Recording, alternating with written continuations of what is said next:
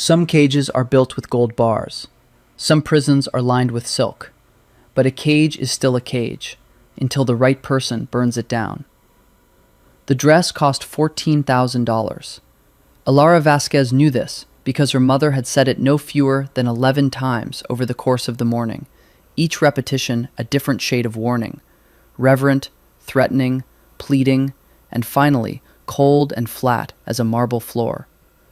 $14,000, Alara. Do you understand what that means? It meant she was to stand still while Rosa, the seamstress, pinned the sweetheart neckline. It meant she was to smile when her aunts crowded into the bridal suite of the Cartwright Hotel and pressed their perfumed cheeks to hers. It meant she was to forget, once and for all, that she had ever wanted anything other than this. The dress was ivory silk, with hand-embroidered lace along the hem, a cathedral train that puddled behind her like spilled milk. It had a row of silk-covered buttons down the spine, 43 of them. She had counted while Rosa fastened them one by one, each one a small lock clicking into place. The veil was cathedral length. The shoes were Manolo Blahnik, 4 inches high. Everything about her appearance had been selected by someone else. Even her hair, swept into a chignon at the nape of her neck, had been arranged by a stylist named Marcus, who smelled like cedar and spoke only to her mother. Alara stood at the window of the bridal suite on the 14th floor and looked down at Fifth Avenue, at the yellow cabs and the black sedans, at the people moving below like something free and purposeful and entirely unaware of her. She pressed 2 fingers to the cold glass. It was October in New York, and the sky was the gray of old pewter. Leaves moved in the gutters. Someone on the street was eating a hot dog. She watched him walk and eat at the same time, unhurried and completely alone, and she felt something in her chest crack open like a fault line. 20 minutes, her mother said from behind her. Patricia Vasquez had the kind of beauty that had calcified over the years into something harder and more permanent than warmth. She was 53 and looked 40, which she considered a professional achievement. She had married Alara's father, Ramon Vasquez, at 22, and Ramon Vasquez had built a shipping empire, and the empire had thrived, and Patricia had thrived inside it, the way a diamond thrives inside a vault. Perfectly preserved, perfectly cold, perfectly valuable. You need to come away from the window. Marcus is going to touch up your veil. I'm fine, Alara said. You're brooding. You look like you're brooding, and brides don't brood. They glow. Patricia came up beside her and adjusted one of the pearl earrings. Not Alara's earrings, but the earrings Patricia had chosen, the ones that had been her grandmother's, which Alara had never particularly liked. Daniel is a good man. He's 44. He's established. He has a daughter 2 years younger than me. He has a daughter who will adore you. He barely looks at me when we're in the same room, Mama. Patricia's expression did not change, exactly, but something behind her eyes did, some small adjustment of resolve. That is not a problem. That is a marriage. The looking comes later, when the children come, when there is something to look at each other for. She turned away from the window. Come, Marcus is waiting. Alara did not move. She stood at the window for another 10 seconds, long enough for her mother to reach the door and open it and begin speaking to someone in the hallway. Long enough for the man on the street below to finish his hot dog and disappear around a corner. Long enough for Alara to make a decision that would either ruin her life or save it, and she genuinely could not tell which. She turned. She crossed the room. She passed through the bridal suite's inner door into the small dressing room, where Marcus was arranging his tools on the vanity table, and her maid of honor, Jess, was touching up her own lipstick in the mirror. Jess looked up and her expression faltered, just for a second, because Jess knew Alara's face the way a sailor knows weather. They had been friends since college. Jess had held her hair back when she was sick and talked her down from 3 separate crises, and once driven 9 hours through a blizzard just to sit with her. Jess looked at her now and said nothing, which was the most profound thing she could have said. I need a minute, Alara said. Bathroom. Of course, Marcus said, without looking up. Alara walked through the dressing room to the attached bathroom and closed the door and locked it. She stood at the sink and looked at herself in the mirror. The woman looking back at her was genuinely beautiful in the ivory dress.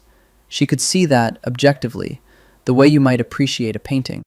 Dark hair, dark eyes, olive skin luminous under the bathroom lighting.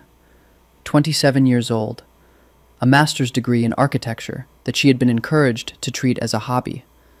A portfolio of designs she worked on at night when her parents weren't asking her to attend this dinner or that gala. A life she had been circling for years, like a satellite orbiting something it could never quite reach. She looked at herself for a long moment. Then she took off the shoes. The marble floor was cold through her stockings. She unzipped the small bag on the counter, not her bag, but the bridesmaid emergency kit Jess had left there, and found what she was looking for, her own keys, which she had slipped in there that morning, with no real plan, and perhaps no real intention, the way you sometimes pack an umbrella, not because you believe it will rain, but because part of you does. She found her phone, which had 17 notifications and 3 missed calls from Daniel Chen's personal assistant, of all people. She found $40 in cash and a chapstick, and a folded-up Metro card, and the small, battered notebook she kept in every bag out of habit, filled with architectural sketches. She put the phone in the pocket hidden in the skirt of the dress, another of her small rebellions, having pockets added during the last fitting. She kept the $40.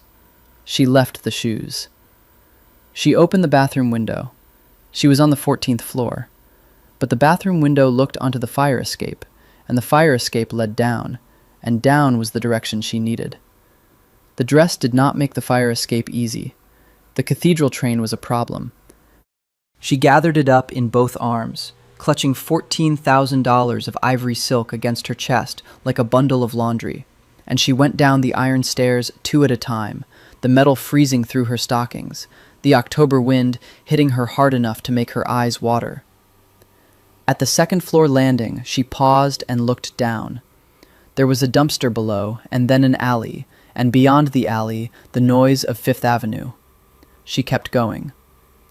At the bottom of the fire escape, she dropped the last 6 feet to the alley floor, and landed hard on both feet, and felt the impact travel up through her ankles and her knees, and she stood up and she was shaking. Not from cold, though she was cold, but from the particular electricity of having just done something irreversible. The alley smelled like garbage and exhaust and city rain, and to Alara Vasquez it smelled, in that moment, like the best thing she had ever breathed. She picked up her train and she ran. She ran out of the alley and turned left onto the side street, away from the hotel's main entrance, away from the town cars that would be queuing up for the ceremony. She ran in her stockinged feet on the cold, wet sidewalk, the train bundled in her arms, veil streaming out behind her. People stared. Of course they did. She was a bride running through midtown Manhattan without shoes, her hair coming loose from its chignon, pearls swinging. A child pointed. A woman said, "Oh my God," into her phone. A man in a food truck leaned out and whistled, which she chose to interpret as encouragement. She ran for 2 blocks before she turned the corner onto a quieter street. Not quiet, nothing in Manhattan is quiet, but less trafficked, fewer pedestrians. And she was breathing hard, and her stockings had torn, and she needed to cross the street, and she stepped off the curb without looking. The car was black. She heard it before she saw it, the sound of brakes, sharp and decisive, and then the hood of the car was 6 inches from her hip, and she was pressed against the passenger side, her palms flat on the cold metal, heart slamming in her chest. The car had stopped perfectly, completely, as though the driver had anticipated this exact moment and made a precise calculation about where she would be. Alara stood very still. The driver's window came down. He was not what she expected. She did not know what she had expected. Some shouting, perhaps, some New York indignation, the kind of red-faced fury that the city specialized in. What she got instead was silence, and a man who looked at her with dark eyes that were absolutely, completely calm. He was maybe 32, 33, Dark hair, slightly longer than conventional, pushed back from a face that was all strong geometry.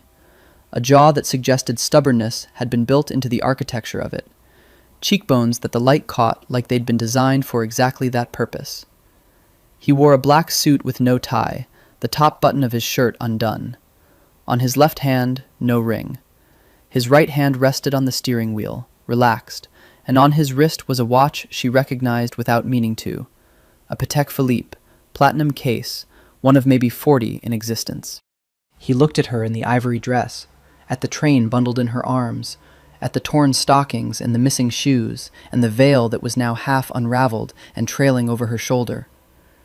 He looked at all of it for a long, unhurried moment, and then he looked back at her face. "Get in," he said. It was not phrased as an invitation. It was not phrased as a command either, which was somehow more unsettling. It was stated the way a man states a fact he is entirely certain of, the way you say the sky is gray, or it's cold today, as though her getting into the car was an inevitability he had already accounted for. Ilara's every rational instinct screamed at her. She had just fled an arranged marriage. She was standing in the middle of Midtown in bare feet and $14,000 of someone else's silk. She was being offered a ride by a man she had never seen before, whose car was so black and so polished it looked like something from a world she didn't have clearance for. "I don't know you," she said. "No," he agreed. That's not a reason for me to get in a car with you." "The alternative is standing in the street in a wedding dress with no shoes," he said. "In October." He paused. "I'm not going to hurt you." She looked at him. He looked back. His expression was patient in the way that mountains are patient. Not passive, but fundamentally unconcerned with urgency. She opened the door. The interior of the car was extraordinary. Black leather that smelled like wealth and something faintly cedar adjacent. The seats so smooth they felt like a different category of material entirely.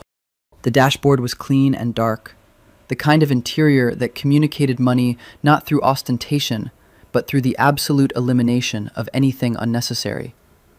There was no clutter, no air freshener tree, no change in the cup holder, no receipts in the door pocket.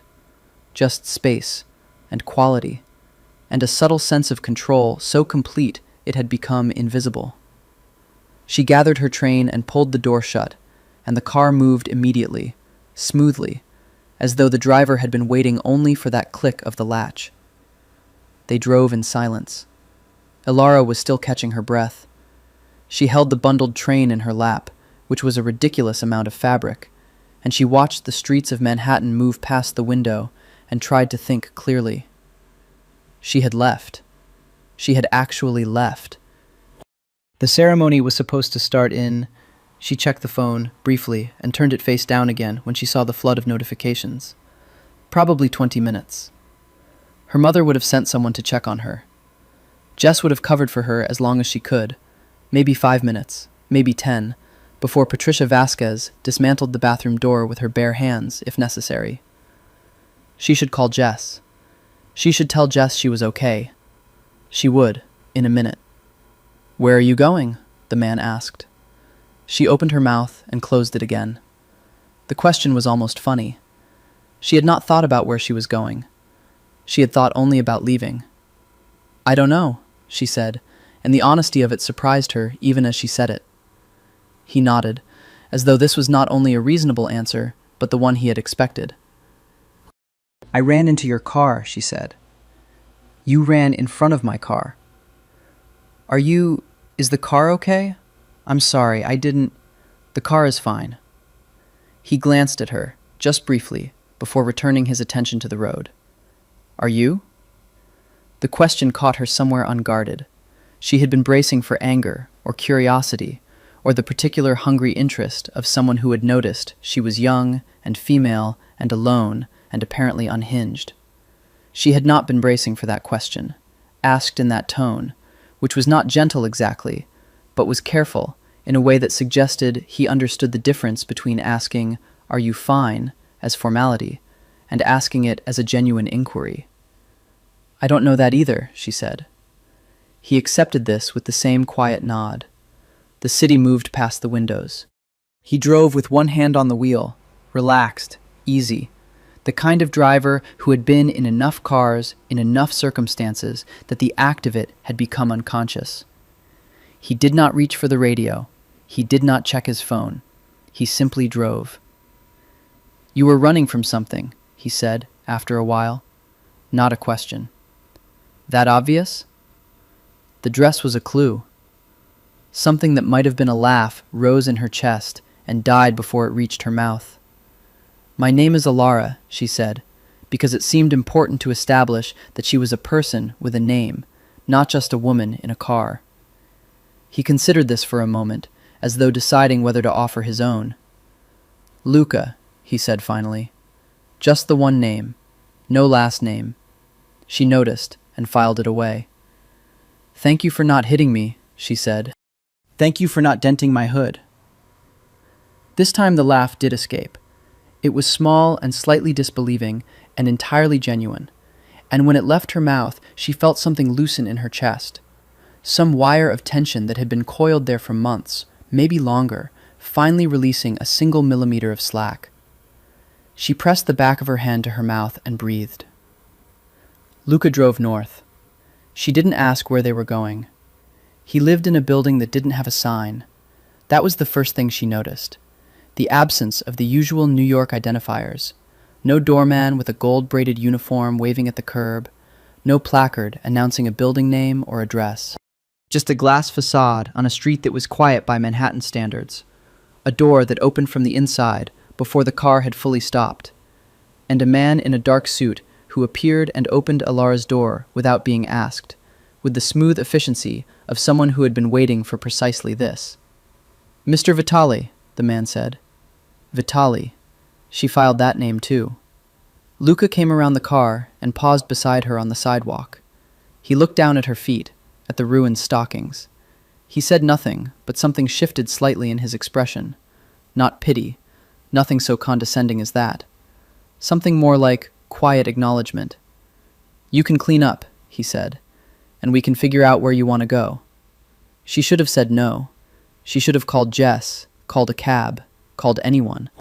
Instead, she looked at the clean, dark facade of the building, and she thought of the hotel she had run from, of the white roses and the arch of peonies, and Daniel Chen standing at the altar in a suit that probably cost more than her car, looking somewhere over her shoulder, with the politely detached expression he always wore when she was in his vicinity. She thought of her mother's face. She thought of 43 silk buttons closing her in. She followed Luca inside. The lobby was minimal and extraordinary. Pale stone floors, a ceiling that disappeared into upper shadow, a single art piece on the far wall. Abstract, dark blues and blacks, and something that might have been gold, that she recognized immediately as a Basquiat original. She stopped walking without meaning to. "You have a Basquiat in your lobby," she said. Luca glanced at it without particular expression. "I have several," he said. The elevator was operated by a keycard he produced from his interior pocket. It opened directly onto the penthouse floor. When the doors parted, she stepped into a space so carefully, deliberately beautiful, that she stopped breathing for a moment. Floor-to-ceiling windows on 3 sides. The city below, all of Manhattan in the early afternoon gray, bridges and water, and the topography of 1,000 buildings arranged into something that looked, from here, almost comprehensible. The interior was all clean lines and dark materials, charcoal and navy and black, with accents of warm gold and the occasional deliberate softness, a cashmere throw on the back of a long sofa, a stack of books on a low table. The kitchen was visible at one end, open and impeccably fitted. There were fresh flowers on the counter, white dahlias, which surprised her. Somehow she had not expected flowers. "There's a bathroom through there," Luca said, nodding toward a hallway, "and there are clothes in the second door on the left. I'll have something appropriate found." "You'll have something found," she repeated. "I'll make a call." "To whom?" "Something almost, not quite, but almost, like amusement crossed his face. Someone who handles these things. You have a person who handles the procurement of emergency clothing? I have people who handle most things, he said. It makes life more efficient. She looked at him. He looked back. Outside the windows, the city moved in its relentless, indifferent way. "Who are you?" she asked. The question sat in the air between them. He regarded her with those dark, still eyes. They were the color of bitter chocolate, she had decided, or the very dark water at the bottom of something very deep. And for a moment she had the unnerving sense that he was deciding how much truth to give her, parceling it out. "Someone who lives here," he said, which was no answer at all, and somehow the most honest thing he could have said. She went to the bathroom. It was the size of her apartment. White marble and matte black fixtures, a shower that had enough glass to be architectural, a tub that she registered with a physical longing that surprised her. She stood at the sink and looked in the mirror. The chignon had completely given up.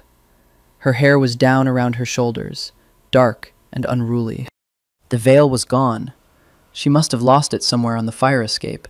The dress was dirty along the hem from the alley and the sidewalk. Her eye makeup had migrated slightly from the wind. She looked like herself, she thought, possibly for the first time all morning. She washed her face with the expensive soap provided, cedar and bergamot, she noted, the same scent that ran through the whole apartment like a through line, and she dried her hands on a towel that was softer than anything she owned. She stood for a moment with the towel pressed to her face, and she breathed in the quiet. When she came out, there was a folded set of clothing on the hallway table. Dark trousers, a cream cashmere sweater, soft socks. Not her size exactly, but close, and clearly expensive, and she had approximately 0 objections to any of it. She changed in the hallway, pushing the ivory dress into a loose bundle against the wall. She stood for a moment, in the cream sweater and dark trousers in borrowed socks, and felt, with a clarity that surprised her, the particular physical relief of no longer wearing $14,000 of obligation. Luca was in the kitchen when she came out. He was making coffee, actual coffee, with a machine that looked like it had been engineered rather than manufactured, and the smell was extraordinary. He glanced at her when she appeared, and she watched something move briefly across his expression, something he controlled quickly, before his face settled back into its habitual composure. "Better?" he said. "Much," she said. "Thank you." "Sit." She sat at the kitchen island, on a stool that was precisely the right height, and watched him make coffee with the focused, unhurried attention of someone who took the small acts of daily life seriously. He placed a cup in front of her. She wrapped both hands around it. For several minutes, neither of them spoke, and the silence was neither uncomfortable nor charged, but something more unusual, simply present, shared, like weather. "I should call my friend," she said. "Tell her I'm okay." "Use whatever you need." She called Jess. Jess answered on the first ring, her voice in a specific register Alara recognized as controlled emergency. "Tell me you're alive," Jess said, without preamble. "I'm alive. I'm okay. I'm sorry." "Where are you?" Jess's voice dropped. "Your mother is..." "I know." Tell her I'll call her. Not today, but I will." "Ilara." A pause. "Are you sure? Are you actually okay? Because if you need me to, I'm sure." She looked out the windows at the city, at the pale October sky beginning to press toward afternoon. Across the island, Luca leaned against the counter and drank his coffee and looked out the same windows, giving her what passed for privacy in an open-plan penthouse. "I'm somewhere safe. I'll explain everything, I promise. Just, please don't tell her where I am." "I don't know where you are," Jess pointed out. "Then you won't have to lie," Alara said, and hung up. Luca said nothing. He refilled her cup without asking.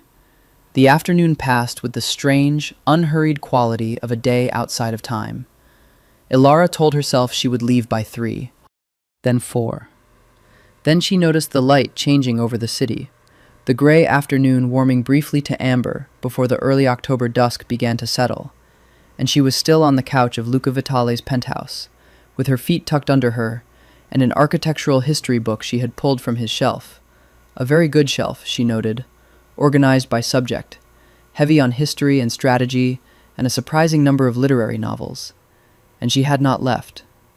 She could not entirely explain why, except that leaving would require deciding where to go. Her apartment was a studio in Brooklyn that her parents technically subsidized, which meant it was not as separate from them as she had always told herself. The idea of going there and sitting inside it while her phone rang and rang with her mother's calls felt like climbing back into the wedding dress. She had approximately $200 in her personal account. The rest was in a joint account her father had set up when she was 18 and maintained the access codes for, and $40 in cash and nowhere to go. So she stayed. She watched Luca. He worked. He had a desk at the far end of the main room, positioned perpendicular to the windows, and he sat there for several hours with a laptop and a phone and a series of visitors, all men, all in dark clothes, all arriving via the private elevator with the efficiency of people who had been here before and knew the protocols. Alara tried not to watch, but couldn't entirely help it. The conversations were in low voices, and sometimes in Italian. Not quite Italian, she thought, listening to the cadences, but something in the Italian family of things, something regional that she couldn't place. Several times Luca glanced toward the couch, and she always looked back at the book with slightly more absorption than was strictly necessary, and she suspected he saw through this entirely. He was someone. She understood that with the clarity of a person who had grown up in her father's world, surrounded by the particular atmosphere of power, the way it settled over certain people like a second skin, the way rooms rearranged themselves subtly around them. Her father had it. Daniel Chen had a version of it, financial and corporate and slightly rehearsed. Luca Vitale had a version that was different from both, rawer, more absolute. She thought about the name, Vitale. She turned it over in her mind. She had met many wealthy men in her 27 years. Vital was not a name she recognized from the galleries and the charity galas and the boardroom dinners her parents had dragged her to. It was not a name from the Forbes lists that Daniel Chen kept on his coffee table. It was not a name from any of the worlds she knew, which meant it was a name from a world she didn't. Around 5 o'clock, a man arrived who was different from the others. Older, perhaps 60, with a silver-threaded beard and the bearing of someone who had once been physically intimidating and had since upgraded to a different category of threat.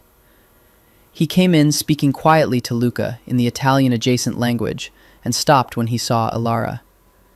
He looked at her with an expression of profound, carefully contained surprise. Then he looked at Luca. The look he gave Luca was entirely wordless and contained what appeared to be several decades of familiarity. Luca said something to him, quietly, in that language. The man looked at Alara again, nodded with the gravity of someone who had decided to accept an unusual situation, and left. He looked at me like I was a complication, Alara said when the elevator closed. Luca turned. He was across the room, but in the penthouse's open space that still felt like a manageable distance. Marco always looks like that. Who is Marco? Someone I've known a long time. She studied him. He stood with his hands in his pockets and returned her study with that particular stillness she was beginning to recognize as characteristic. There was something in how he held himself that was almost architectural. Controlled stress, weight distributed, nothing unnecessary or accidental. "Are you going to tell me who you are?" she asked. "Eventually." He was quiet for a moment. Then he came across the room and sat in the chair across from the couch, not beside her, which she noted, and leaned forward with his elbows on his knees and looked at her directly. "What would you like to know?" he said. "Whatever you'll actually tell me." Another pause. His dark eyes moved over her face in that way he had, thoroughly and without embarrassment. "My family has been in New York for 40 years, he said. Before that, Sicily. We are in several businesses. The pause he put before businesses was less than a second and carried a significant amount of information. I run things, primarily. What kinds of things? Various kinds. She looked at him for a long moment. Then she said, quietly, "My father's name is Ramon Vasquez. He owns Vasquez Maritime. He started with 2 container ships and legitimate paperwork." She let that sentence finish itself. "I grew up around various things. I know what certain atmospheres feel like." Something changed in his expression, a subtle recalibration, a slight increase in attention. "And?" he said. "And I'm still sitting here," she said. "So that should tell you something about my threshold." For a long moment he was silent. Then something happened at the corner of his mouth. Not quite a smile, but the structural precursor to one, the faint softening of that otherwise uncompromising geometry. "My full name is Luca Enzo Vitale," he said. "I run the Vitale organization. We are—" He paused and chose his words, and she got the impression this was rare, this care. "Not the people your father was probably warned about growing up, but we are in proximity to those people. We have been, for generations." "The Vitale organization," she repeated. "Yes." "And what do you do in that organization? You said you run it." He met her eyes. "Everything," he said. "I run everything." She understood then, all the way down. The men in dark suits and low voices, the private elevator, Marco's look of 1,000 unspoken protocols, the name that appeared in none of the worlds she knew because it was sovereign of its own world, a world that ran beneath and through and alongside the legitimate world like a dark river beneath a city. She was sitting in the penthouse of a Mafia boss, drinking his coffee, wearing his borrowed clothes. She had run from one cage and walked, barefoot, into a different kind of entirely. And the extraordinary thing, the thing she would later think about for a very long time, was that she did not feel afraid. "Okay," she said. He looked at her. "Okay," he said. She picked up the book. He offered her the guest room. She accepted, because darkness had fallen over the city by the time this was offered, and she had nowhere better to be. And Jess had texted twice asking if she was still okay, in the careful, unpanicked way that meant Jess was moderately panicked. And her mother had called 6 times from 3 different numbers. And Daniel Chen's assistant had sent a formal, chillingly neutral email that was clearly the first draft of a legal communication. And none of these things constituted somewhere she wanted to return to tonight. The guest room was at the eastern end of the penthouse, and its window faced the East River and the bridge, and the lights on the bridge were reflected in the water below, and the sky above was that particular New York dark that is never quite black, the city perpetually generating its own gray-orange atmosphere of light. She stood at the window for a long time in the cream sweater that smelled like cedar and stared at the water and tried to think. What had she done?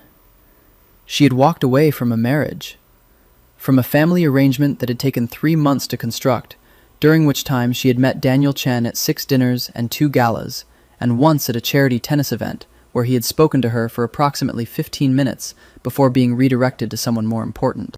She had signed nothing. Legally, she had signed nothing, which her father's lawyer had been very clear about. Nothing legally binding until the ceremony itself. So she had not technically breached a contract. She had socially devastated her family. She had publicly humiliated a powerful man. She had fled a $14,000 dress, and she had ended up here. She heard a knock at the door. "One moment," she said, and pulled herself away from the window. "Come in." Luca opened the door and stood in the doorframe. He had taken off the suit jacket. He was in the black trousers and the white shirt, sleeves rolled to the forearms, and she absorbed this new configuration of him. The forearms, the hands, the slightly looser quality of a person at the end of their working day, and looked away quickly. He was holding a glass of whiskey, one for himself, she noted, and a smaller glass of something amber for her. He held it out. "If you want it," he said. She took it. Bourbon, she discovered, and good. Warm and complex and smooth in a way that had nothing to do with sweetness. "Thank you." He leaned against the doorframe. He didn't come in. She had been registering this about him, the way he kept physical distance from her, with a deliberateness that suggested it was a choice and not an accident. He stood in doorframes. He sat across the room. He had refilled her coffee cup from the other side of the island. She didn't know what to make of it, except that it was considerate in a way she hadn't expected from the category of person she had concluded he was. "You should eat something," he said. "I had food sent up." "You didn't have to." "You haven't eaten since this morning," he said, as though this were simply a fact he had gathered and filed, as though her basic physical state was a thing he had been quietly monitoring without calling attention to it. She didn't know how she felt about that, but she noticed the warmth that moved through her at the idea of being watched over, and then noticed herself noticing it, and pressed it down. "How do you know when I last ate?" she said. "You've been here since noon," he said. "Nothing has been offered except coffee. I should have thought of it sooner." She followed him to the kitchen. The food was on the island. Simple things, she was relieved to discover. Not the elaborate production she might have expected. Bread and a board of things to go with it, some pasta that smelled of garlic and herbs, a small salad, a glass of water. It felt, she thought, like something a person might assemble for a guest they wanted to look after without making a statement. She ate. He sat across the island and drank his whiskey, and they talked. And this was the surprising part. How easily they talked, or how easily she talked, and how attentively he listened, which amounted to the same conversational result. She told him about the dress, about the 43 buttons, about standing at the window of the bridal suite, watching the man with the hot dog. She told him about her architecture degree and the portfolio she worked on at night. She showed him the sketchbook from her pocket. He looked at the drawings with genuine attention, not polite attention, his eyes moving over the pages with what she recognized as actual comprehension, the look of someone who understood visual reasoning. "These are good," he said. "You'd know that how?" she asked. "I've built things," he said. "I know what it takes to understand space." She looked at him. "You've built buildings?" "Several." A pause. "Legitimately," he added, with a dryness so minimal it was almost nothing at all, and she felt it in her chest, like a small, pleasant collision. She told him about her mother and the empire of expectations. She didn't tell him about her father's periphery to the world Luca occupied. She wasn't sure she was ready to say that out loud, or to think about what it might mean in this context. She told him about Jess, and about the life she had been skirting, the version of herself that existed only in sketchbooks and late nights. He listened to all of it without rushing her, without offering the performative sympathy she had been offered by therapists and well-meaning friends alike, without trying to fix anything. He just listened. And this, she thought, this contained, entirely present quality of attention, the sense of being heard all the way through, was something she had been starved of for a long time, possibly forever. And its sudden availability was more dangerous than anything else about him. She stayed for a long time in the kitchen, and when she finally went to bed, the city was deep in its middle hours, and she lay in the dark of the guest room and listened to the distant hum of Manhattan below, and felt, for the first time in longer than she could place, something that might have been peace. Morning light came through the east-facing window and landed across the bed in a pale diagonal, and Alara woke into it slowly, the way you sometimes wake in unfamiliar rooms. The moment of pure sensory data before identity reassembles. Just light and warmth and the sound of a city below, and then the full cascade of memory. She lay still for a moment. Then she got up. The bathroom off the guest room contained, she found, a new toothbrush still in its packaging, a set of folded towels, and a face wash she recognized as good. She changed back into the trousers and sweater. She found the kitchen before she found Luca. The kitchen was empty, but the coffee machine had been primed. There was a small, folded card beside it, with a diagram that was faintly ridiculous in its precision, indicating the exact steps required to produce a cup from the particular machine, which was the kind of machine that required a relationship. She followed the diagram. She made coffee and stood at the window while it brewed and looked out at the morning city, at the East River in the thin autumn sunlight. Luca appeared at 8:15. He was already dressed, which meant he had been up for some time. Dark trousers, a gray shirt, impeccably composed. He looked at her at the window and said simply, "Good morning," and she said it back, and there was a moment where the domesticity of the scene sat between them like a question neither of them was addressing. She had slept in this man's apartment. She had eaten his food and worn his borrowed clothes and talked to him half the night. She did not know his middle name until he had told her, and she had barely processed it. She knew that he ran an organization whose precise nature she had not yet inquired into in full, because some part of her, the part that had grown up in the proximity of her father's world, understood that full knowledge was its own kind of commitment, and she was not ready to make that yet. But she was still here, which was its own kind of statement. "I need to find somewhere to go," she said. "Today, I think. I've imposed—" "You haven't," he said, and the flatness of his tone suggested this was not politeness. "I can't stay here indefinitely." "No," he agreed, "but you can stay until you've decided what's next." He poured his coffee and leaned against the counter, looking at her. "What do you want to do?" "I want to—" She stopped. The list of what she wanted to do was both very specific and completely disarranged. She wanted to call Jess. She wanted to find an apartment that was fully, unambiguously hers.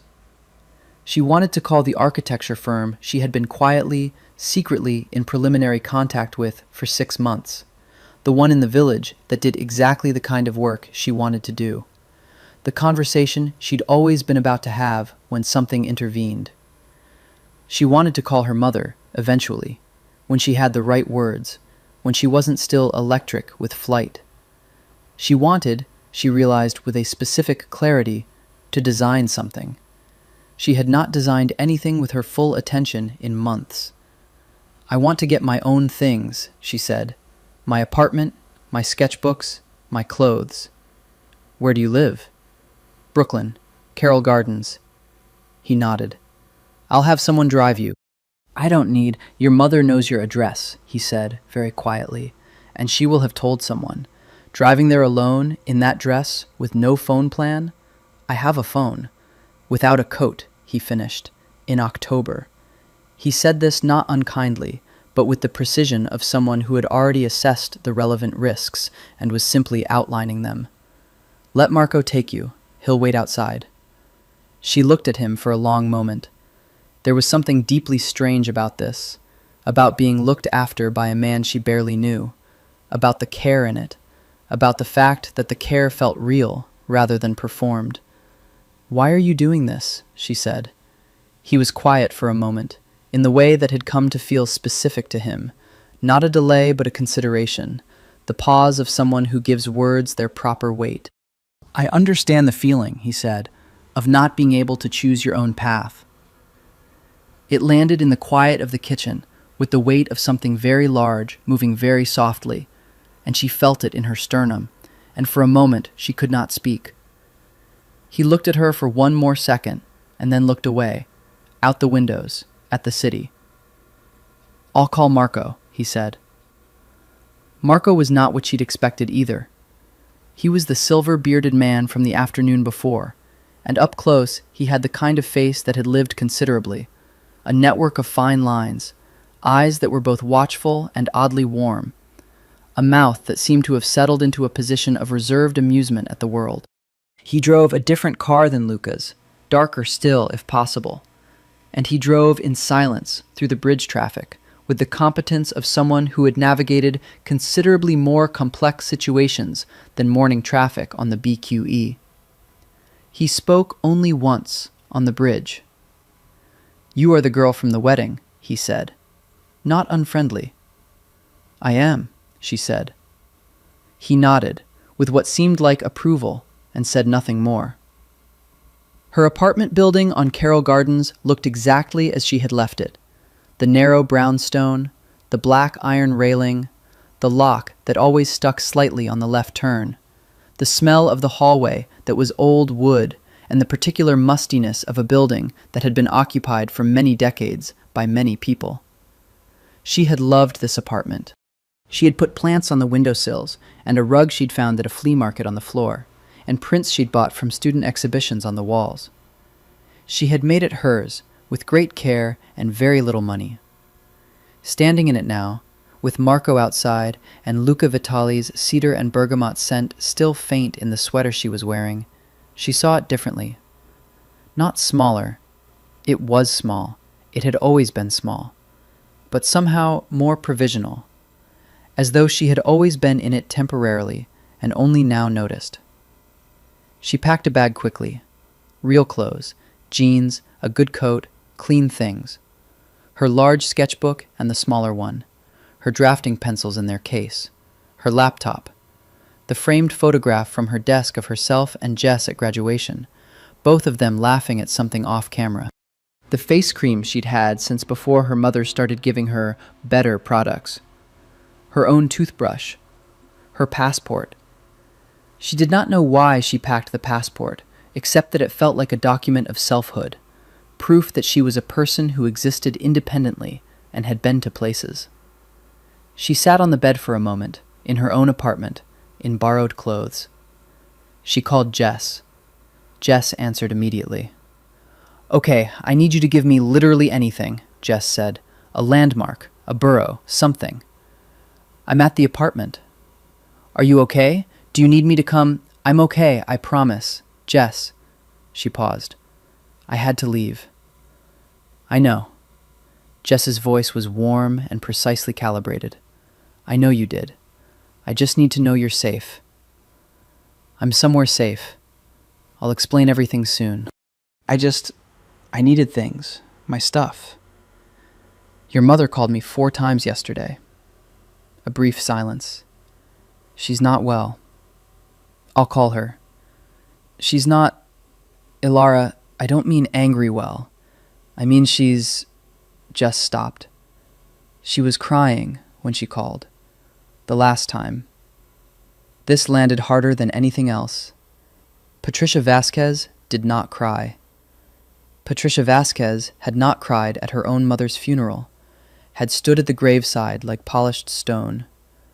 The idea of her crying while calling Jess on the phone was sufficiently alarming to crack something in Ilara's chest. "I'll call her," Ilara said, more quietly. "I promise. Just not today." She packed the bag and went back downstairs. Marco was leaning against the car, with his hands in his pockets, looking at nothing in particular, with the relaxed vigilance of a man who had spent a great many years waiting outside places and had made his peace with it. He saw her and straightened and opened the back door. "Okay?" he asked. "Okay," she said. He drove her back across the bridge. The city was fully morning now, the light hard and clear and October cold on everything. She watched Brooklyn give way to lower Manhattan and then rise into Midtown, and she held her bag on her lap and thought about her mother's voice and Jess's careful phrasing and the fact that Luca Vitali had said, "I understand the feeling of not being able to choose your own path," in a tone that contained whole histories she had not yet read. When they got back to the building, Marco walked her to the elevator. He pressed the button and then looked at her with those seasoned, slightly amused eyes. "He doesn't bring people here," he said, "in case you were wondering." She looked at him. "I was," she admitted. Marco nodded, as though something had been confirmed, and pressed the elevator button again as the doors closed. She stayed 3 days. On the second day, she called her mother. It was a conversation she had been assembling in her mind with the attention she gave to structural problems. What load-bearing elements were required, where the stress points were, how to build something that could hold weight without collapse.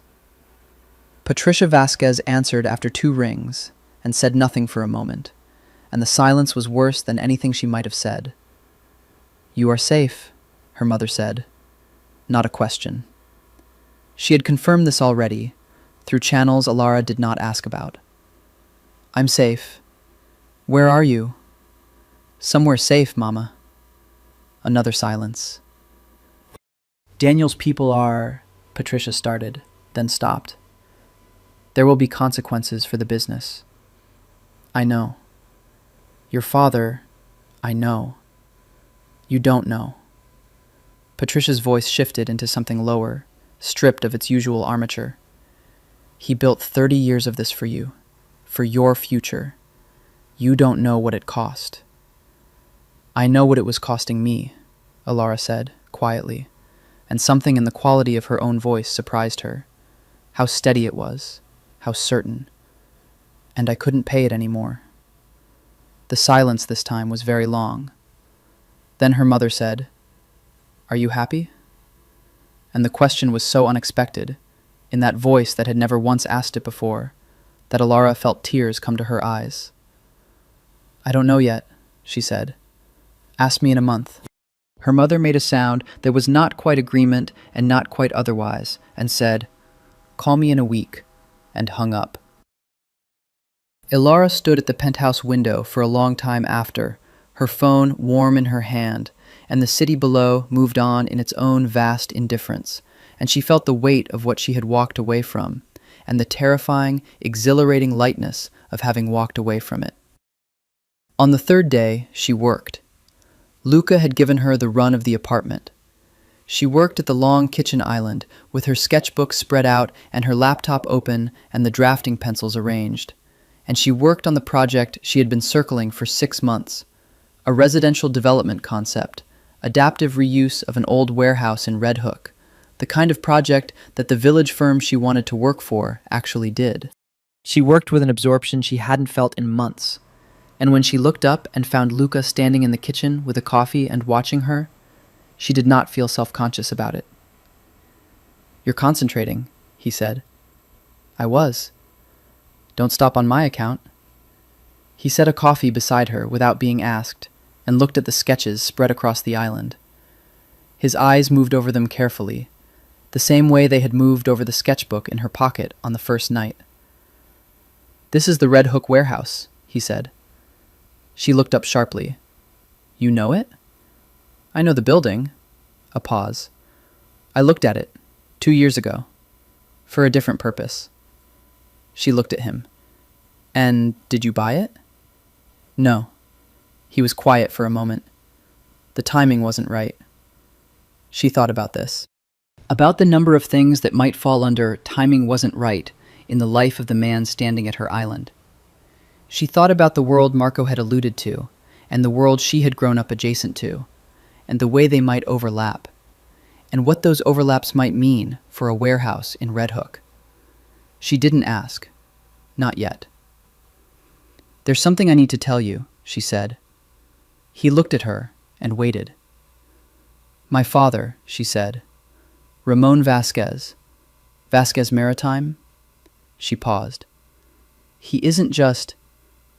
He has arrangements. With people like... She stopped. He does business with people in your world. I don't know who specifically. I don't know the names. But I grew up with that in the background. And I just want you to know that I know what that means. And I'm not... She paused again. I'm not naive about what I'm sitting in the middle of. Luca was very still.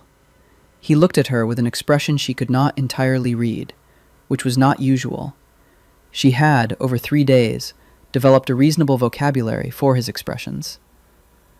I know Ramon Vasquez, he said finally. The words sat between them like a held breath. You know him, she said. I know of him. I know his work. A pause. We have not done business together.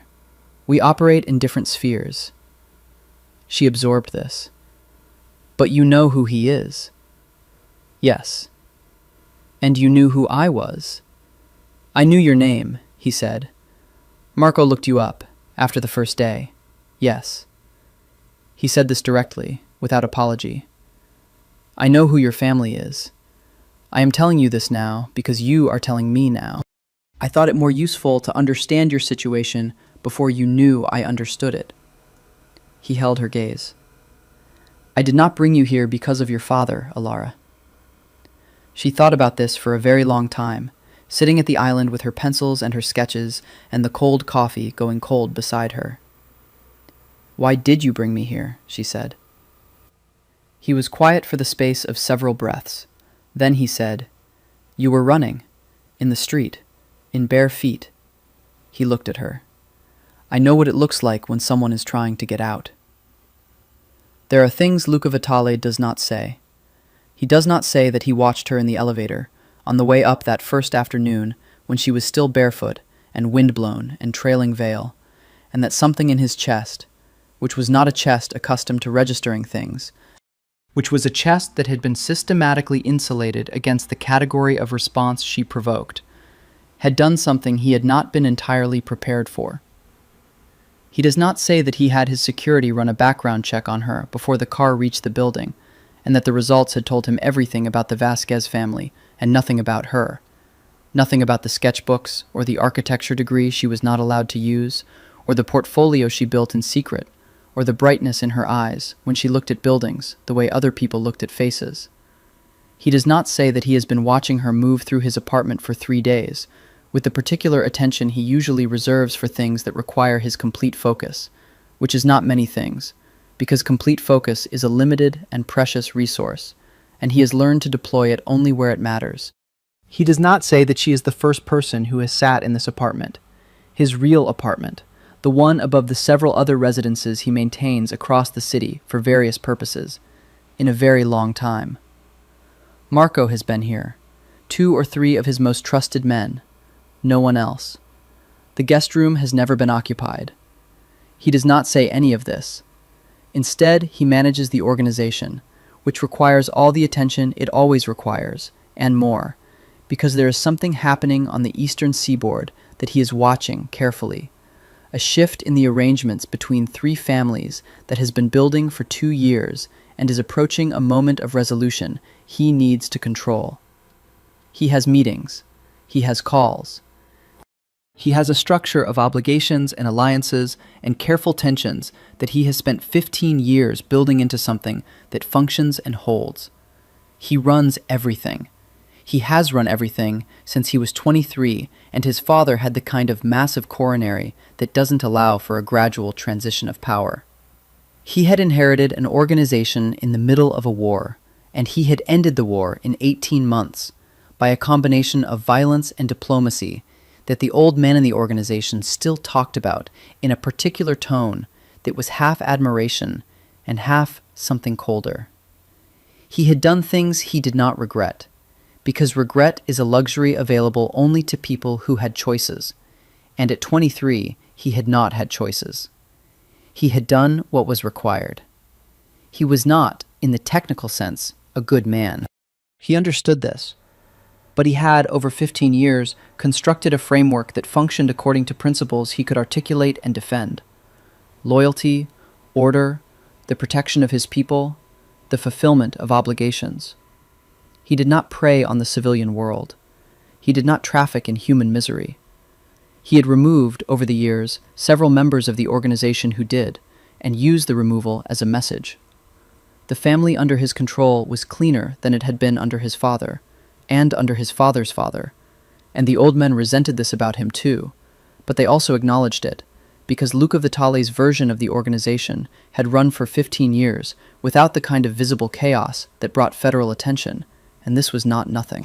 He was not a good man, but he was an ordered one, and he had always, in some quiet part of himself that he did not examine often, believed that order was the closest approximation of morality available to him. And then a girl in a wedding dress had run in front of his car. He watches her work in the evenings at the kitchen island. She works with a physical intensity that is beautiful to watch. The way she bends over the page, the movement of her hand, the small sounds she makes when something isn't right, and the silence when it is. She has been in contact with the village firm. He knows this without asking, because he knows her schedule now in the way that happens when you share a space with someone for long enough. The times she makes calls in the guest room, the particular quiet that means concentration, the slightly different quality of her energy afterward that tells him either the call went well or it didn't.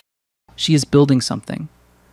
In the middle of having run away from everything, she is building something.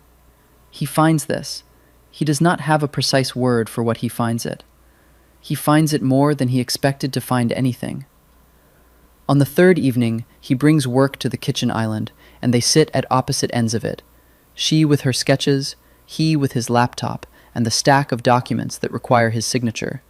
And they work in the same silence they have discovered over 3 days, a silence that has its own texture and warmth.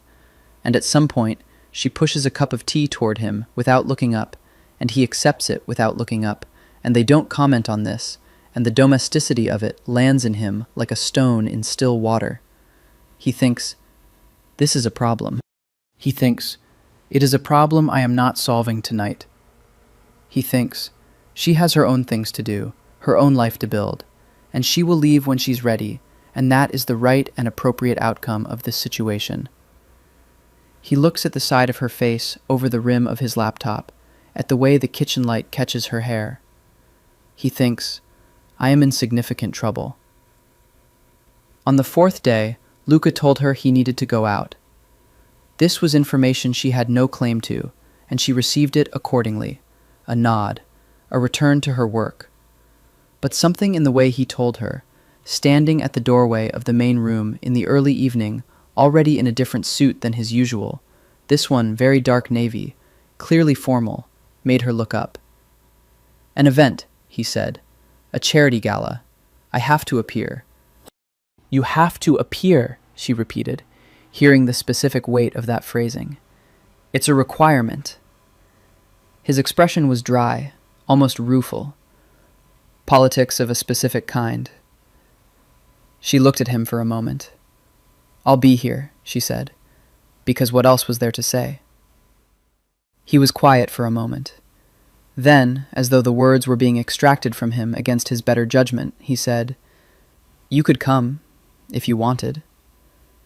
She looked up fully. He was looking at her with an expression she could not quite categorize, something between the careful distance he maintained and something closer, something less composed. His hands were in his pockets, and his jaw was set in its characteristic way, and he was waiting for her answer with a stillness that was slightly too deliberate to be actually still. Why would I want to come? She said, not unkindly. You wouldn't, he said. It will be tedious. Mostly tedious, somewhat revealing, and potentially useful if you enjoy watching the upper echelons of New York pretend they don't know things they absolutely know.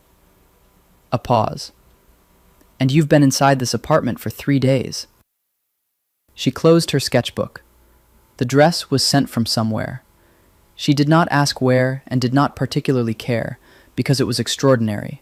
Black silk, impeccably cut, a neckline that was tasteful and precise, the kind of dress that communicated everything it needed to without effort. She stood in the bathroom mirror and looked at herself in it, and noted, with some private amusement, that the person looking back at her in the black dress felt more genuinely herself than the person who had looked back in the ivory. Luca was waiting in the main room when she came out. He looked at her when she appeared in the way he sometimes looked at things that required his complete attention, and then the look was gone, and he said, "Ready," which was not a question. The gala was at the Metropolitan Museum, which was suitably magnificent. They arrived in the black car with Marco driving, and she walked into the Temple of Dendur, under the long wing of Luca's presence. She wasn't sure how else to describe it, the way his proximity created a kind of perimeter, and watched the room reorganize itself, subtly, in response to his arrival. People looked, then looked away, then looked back. She recognized the dynamic, power acknowledging power, the social mathematics of a room that contained both the legitimate and the somewhat less legitimate. These things coexisting, as they always do in New York, in the thin and knowing air of extreme wealth. Men came to him. There was a particular choreography to it. They came in sequence, briefly, each one with a handshake and a few words, some of them containing entire conversations in their pauses. Luca introduced her to each one, always by her first name only, which was both a form of protection and a statement. She noted who was visibly relaxed by his presence, and who was performing relaxation. She noted who avoided coming at all, standing across the room in tight clusters, watching from a distance with expressions she catalogued. A woman came. She was dark-haired, extraordinarily beautiful, perhaps 35, wearing a red dress with the confidence of someone who has worn extraordinary things so often it no longer registers. She approached Luca with the ease of genuine familiarity and kissed him once on each cheek, European style, and held his hands for a moment and spoke in Italian, and he responded, and whatever passed between them was brief, but contained a history Alara could feel rather than see. Then the woman looked at Alara. The look was not unfriendly. It was thorough and intelligent, and decided something within the time it took to blink. "Luca," the woman said in English, "introduce me to your guest." "Valentina," he said, "this is Alara. Alara, Valentina Conti. She runs the Conti Foundation." "Among other things," Valentina said, and her smile was the kind that contained layers. She took Alara's hand in both of hers. "It's a pleasure, truly." She looked at Luca over Alara's shoulder. "She's wonderful," she said, in Italian, not attempting to be discreet. "Where have you been hiding her?"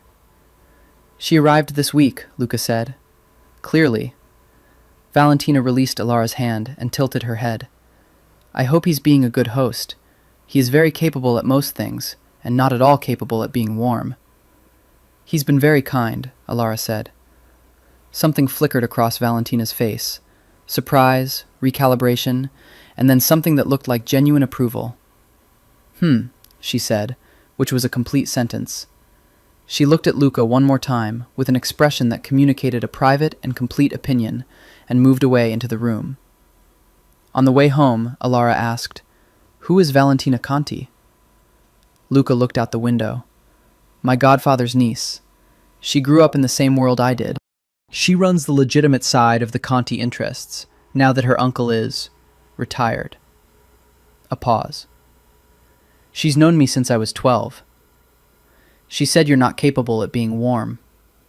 "She's not wrong," he said, without apparent distress. "You've been warm to me," Alara said, because it was true and seemed important to say. He turned from the window and looked at her, and in the moving darkness of the car, his expression was the least composed she had seen it, something underneath the surface, moving close enough to see. "Yes," he said, "I have." She found the apartment on the 5th day. It was in the village, 2 rooms above a bookshop, with tall windows that caught the afternoon light, and a kitchen alcove that was laughably small, and a bathroom that had clearly been modernized by someone who understood both function and beauty. The rent was considerable, but within her actual means if she took the job at the architecture firm, which she had been offered in a call that morning that she had taken in the kitchen while Luca was in his office with the door almost closed. She stood in the empty apartment and turned slowly, measuring it with her eyes the way architects do, calculating proportions, seeing through the empty space to what it could hold. It was hers. It could be hers. She could put a drafting table at the far window, and the flea market rug on the floor, and the prints on the walls, and her plants on the sills, and build something that was entirely, uncomplicatedly hers. She should have felt only relief. Instead, she felt something else too, something that lived alongside the relief like a second frequency, lower and more complicated. She stood in the apartment and thought about the kitchen island, and the cedar scent, and the borrowed sweater, and the way Marco had said he doesn't bring people here, and the way Luca had looked at her in the car the night before. She called Jess from the empty apartment. "I found a place," she said. "Oh, thank God. Village?" "Village." A pause. "I got the job, too." "Ilara." Jess's voice went warm with relief and something else. "I'm so proud of you. These last few days, you just—" "Jess, I need to tell you something." She told her. Everything, from the moment she ran in front of the car to the gala, and Valentina's Italian observation, and the way he said, "I know what it looks like when someone is trying to get out." Jess listened in silence, and when Alara was done, there was a pause, and then Jess said, "How dangerous is he, exactly?" "He runs Alara paused. "He runs an organization. An organization. A family. You know what that means." A longer pause. "And you're fine with this?" I know what you grew up in. I'm asking if you're fine with this, specifically, now." Alara looked out the apartment window at the village street below, at the bookshop awning and the people moving along the sidewalk in their coats. "I don't know what I am with it," she said. "I know I feel safe. I know he's been careful with me." "Careful how?" "He doesn't," she searched for it. "He doesn't take up all the room. He's very present, but he doesn't press. Does that make sense?" "It makes sense, and also makes me feel approximately 17 kinds of complicated feelings about a man who is almost certainly capable of things I don't want to think about." "Yes," Alara said, "that's accurate." She signed the lease that afternoon. When she came back to the penthouse, back, she noted, she had already started thinking of it as back. Luca was in the kitchen, and the particular quality of his stillness when she came in told her he had registered something without being told. He looked at her face. "You found a place," he said. "Village. 2 rooms." She set her bag down. "I sign the lease in 2 weeks, once the background check clears." "I can expedite that," he said. "You don't need to." "I could," he said, "if it would help." She looked at him. There it was again, that thing that lived under his composure, pressing just slightly against the surface. She was aware that they were standing closer than they usually stood. She had moved to the island, he was on the other side, and the distance between them was the width of the island, and a different category of distance that had been narrowing, she understood now, for several days. "I got the job," she said. Something moved through his expression quickly. "The village firm." "Yes, I start in 2 weeks." He stopped. "That's good," he said, and the precision of his tone suggested he was attending carefully to the difference between what he felt and what was appropriate to say. "I should stay until then," she said, "if that's—" "Yes," he said, without waiting for her to finish. She looked at him. He looked back. Across the island, the city was doing its evening thing, the light going gold and then gray, and neither of them moved. "Luca," she said. "Yes?" "What is this?" The question was larger than the room, and they both knew it. He was quiet for a long moment, looking at her with an expression she could now read clearly, which was to say, she could read that it was not composure, that composure was what he was working to maintain, and what was underneath it was something considerably less controlled. "I don't know how to answer that," he said, "without it being a direction you may not want to go." "Tell me anyway," she said. He came around the island, not fast.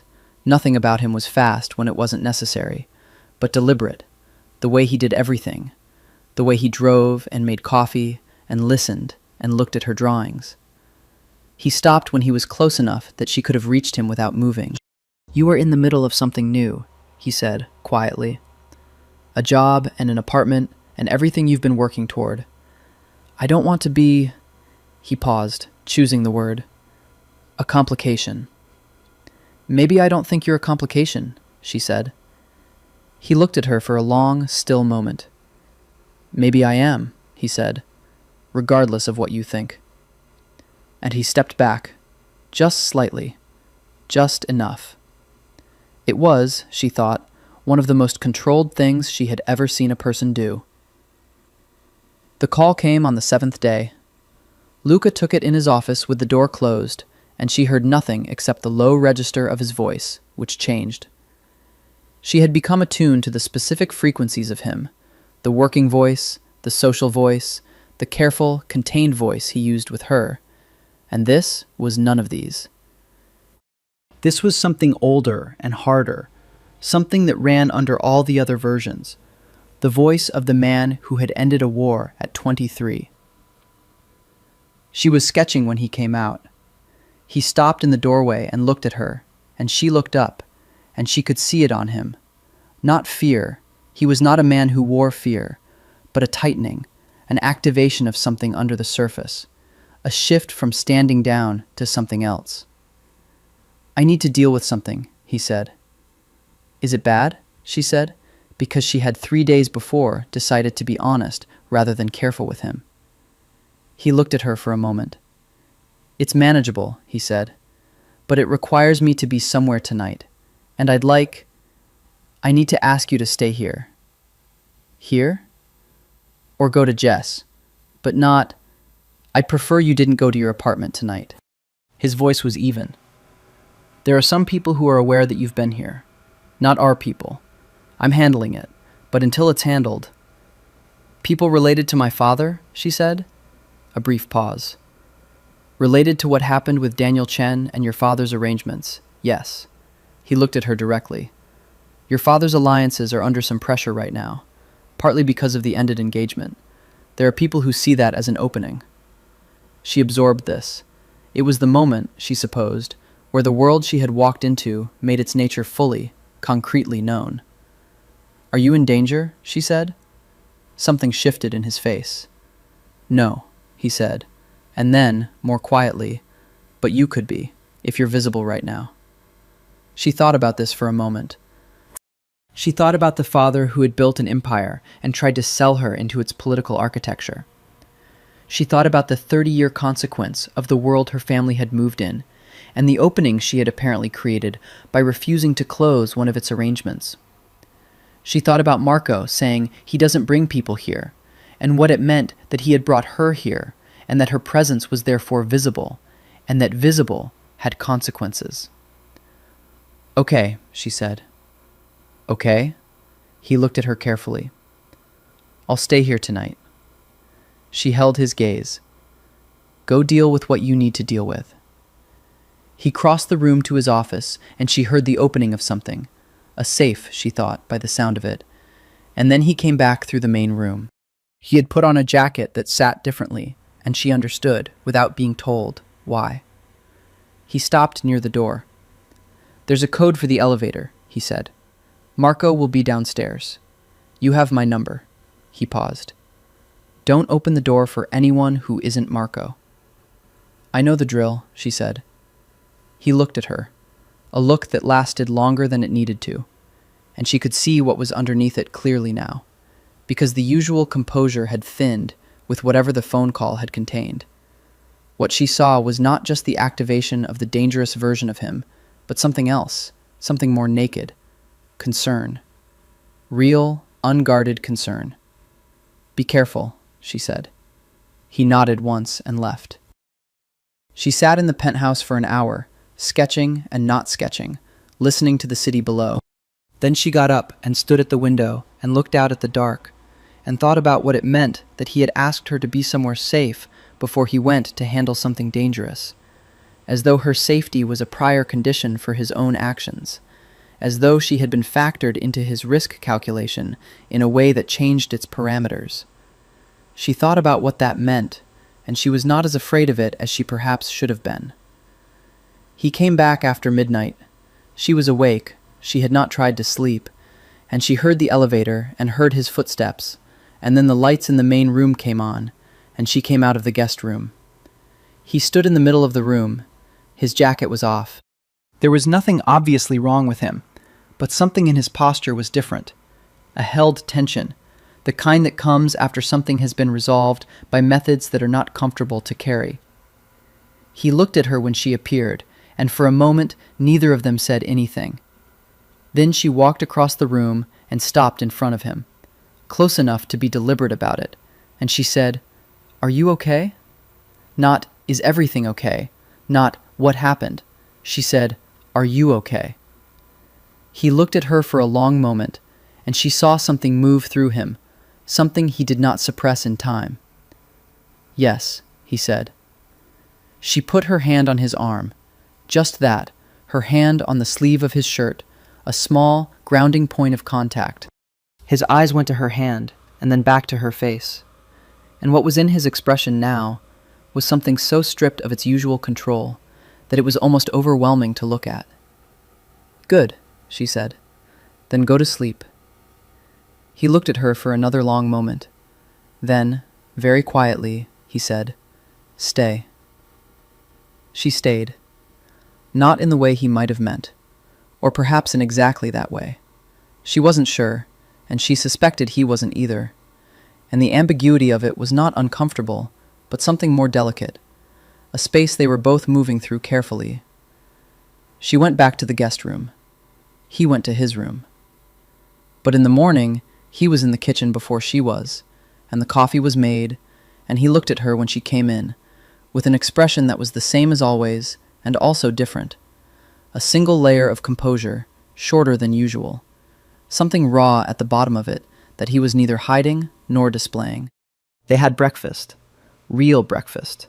He cooked, apparently, or could cook when the occasion arose. And the occasion arose, and there were eggs and bread and fruit, and the coffee and the morning city out the windows, and something in the air between them that was quieter and more significant than any of the other mornings. Tell me about Sicily, she said. He looked up from his coffee. A pause. What do you want to know? Whatever you'll tell me. You said your family was there, before New York. He was quiet for a moment. Then he said, My grandfather brought the family here. He was 22. My father was born in Brooklyn. My mother... Another pause, heavier this time. My mother was from Naples. She died when I was 11. I'm sorry, she said. He acknowledged this with a nod that was neither dismissive nor performatively solemn. My father remarried. It was, he considered the word, political, within the organization. My stepmother is a precise and practical woman. We coexist. That sounds lonely. He looked at her. It was efficient, he said. That's not the same thing. No, he agreed. It isn't. She looked at him across the table, at this man who had run everything since 23, who had ended wars and made alliances, and built an empire with the methodical precision of someone who had never been taught anything as impractical as wanting things for himself. Did you ever want something different? She said. From any of it? The question settled into the morning air between them. He turned his coffee cup in his hands, a gesture she had come to recognize as the only physical tell he had, this small rotation of whatever he was holding when something inside him was moving. At 23, he said, there was a girl in Italy. He said this carefully, not as confession, but as fact. She was from outside the world, a student. She was... He paused. She was very good, kind. She was studying medicine. We were together for 6 months before my father died, and everything changed. What happened? I couldn't ask her to come into this, he said simply, and I couldn't leave, so I did the only thing available. You let her go. She was already leaving. I simply... He looked out the windows. I did not hold on. Ilara looked at him for a long time. At the jaw and the dark eyes and the controlled hands and the 15 years of running everything and the guest room that had never been occupied and the coffee made before she woke up. She thought about the girl in Italy who had been kind, who had studied medicine, who had left. And she thought about Luca at 23 with the organization falling onto his shoulders and doing the only thing available. You've been alone a long time, she said. He looked at her. Whatever was in his face when he did was the most honest thing she had seen there. Yes, he said. She reached across the table and put her hand over his. He went very still, the kind of stillness that is not absence but total presence, every part of him focused on that point of contact. I'm not her, Ilara said. I'm not afraid of this. He turned his hand under hers and held it, carefully, like something he was not entirely sure he was allowed to have. I know, he said. That's what worries me. Her father called on day 9. She had been half expecting it. The calls from her mother had continued with decreasing urgency and increasing undertone, a shift from, "Come back to tell me you are safe," which was its own kind of shift. Her father's call was different. Ramon Vasquez did not leave messages. His name appeared on her screen, and she looked at it for 2 full rings before answering. "Papa?" she said. A pause. Then her father said, "You're at Vitale's." She closed her eyes briefly. "Yes." Another pause, heavier. "Ilara." His voice was not what she'd expected. She'd expected cold, or the particular controlled anger he deployed when the Empire's arrangements were disrupted. What she got was something she hadn't heard in a long time. "Are you all right?" "I'm fine, Papa." "Vitale is—" He stopped.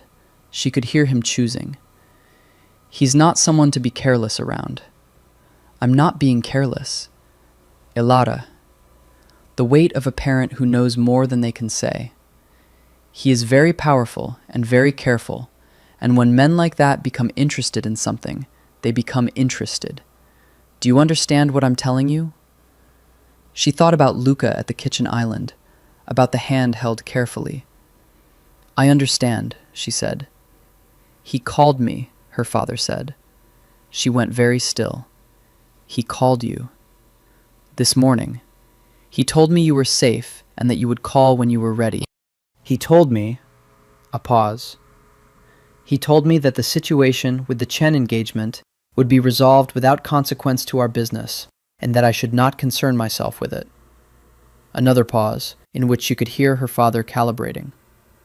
"He said this as a statement, not an offer. A statement." She stood at the penthouse window with her phone pressed to her ear and watched the city below and thought about Luca on the phone that morning, brief, she'd noticed, before breakfast. "He did that," she said. "Ilara." Her father's voice was different now, stripped of the empire builder and left with something older. "He did that for you, not for me. I want you to understand that. I have nothing to offer Luca Vitale. He did that because you are there, and he chose to do it." She couldn't speak for a moment.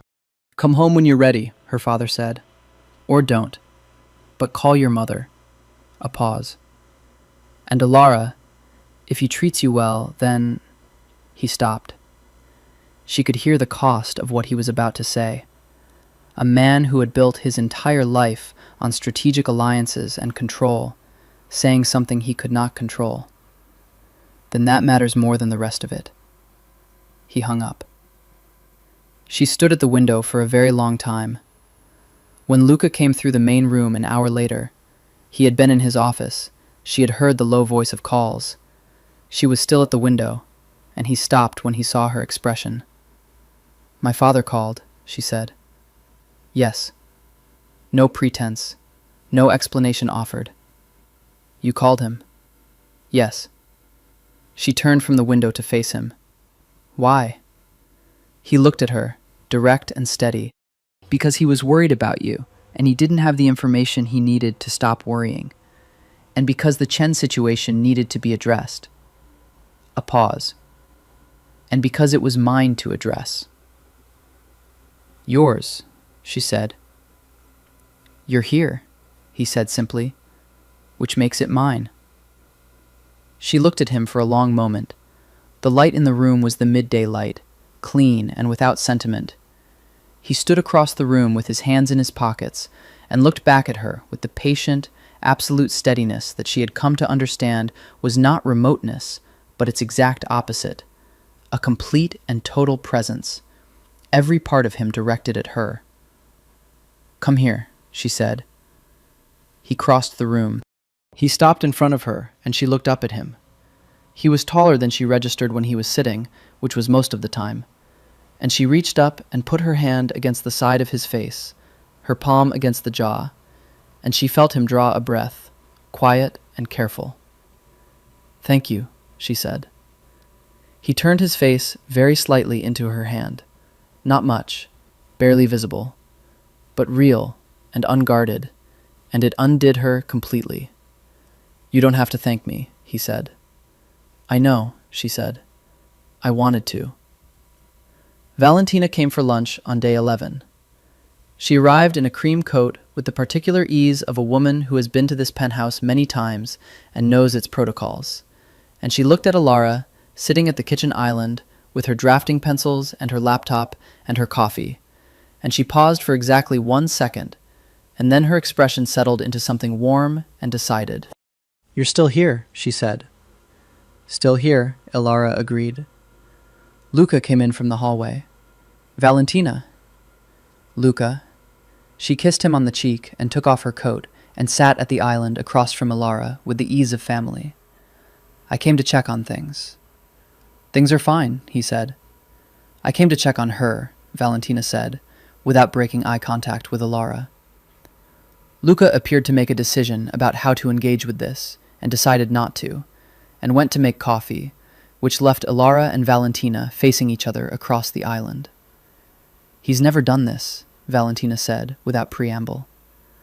So I've been told, Alara said. I've known him since we were children. I have seen exactly 3 women in this building in 15 years, and all 3 were business, not, she gestured between Alara and the general space of the penthouse, this.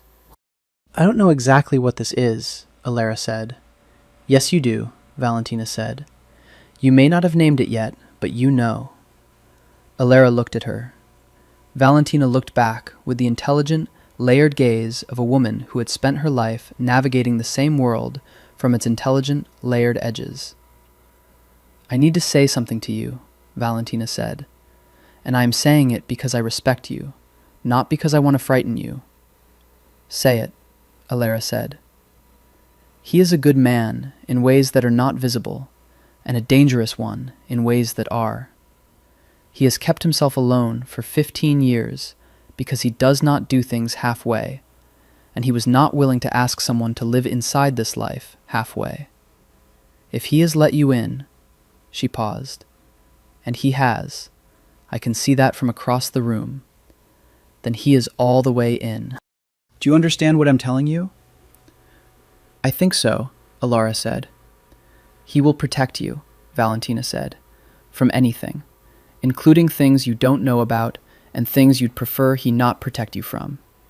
He will be, she searched for the word, consuming. Not cruel, not controlling, but consuming, like a fire.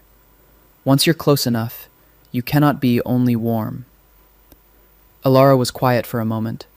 She thought about the hand held carefully, the call to her father, the way he looked at her sketches, the coffee made before she woke. I know what I'm walking into, she said. Valentina looked at her for a long moment. Then she smiled, and the smile was warm and real and surprised. No, she said, you don't. But you will. And I think, she glanced toward Luca at the coffee machine, I think you might be exactly the right person for it. Luca set 3 cups down on the island. Are you two done? He said, with a dryness that was perfectly calibrated. We're having a conversation, Valentina said. I can hear you, he said. I know, she said. I'm not saying anything I'd say differently if you couldn't. He looked at her. She looked back. 15 years of the same dynamic, clearly. Then he looked at Alara, and what moved through his eyes in that moment was something so quiet and so absolute that she felt it land in the center of her chest like a key turning. The coffee will get cold, he said. It happened on day 12, and it did not happen the way she had expected. She had been expecting. She realized she had been expecting something for days, the growing charge of it, the way the space between them had been thinning by increments, until it was less a distance and more a held breath. She had been expecting it to happen in a significant moment, in a dramatic scene, the way the feeling between them had the quality of something building. Instead, it happened at 10 in the morning, when she was frustrated about a load-bearing calculation in her Red Hook project, and she said, without looking up from the page, "Come look at this."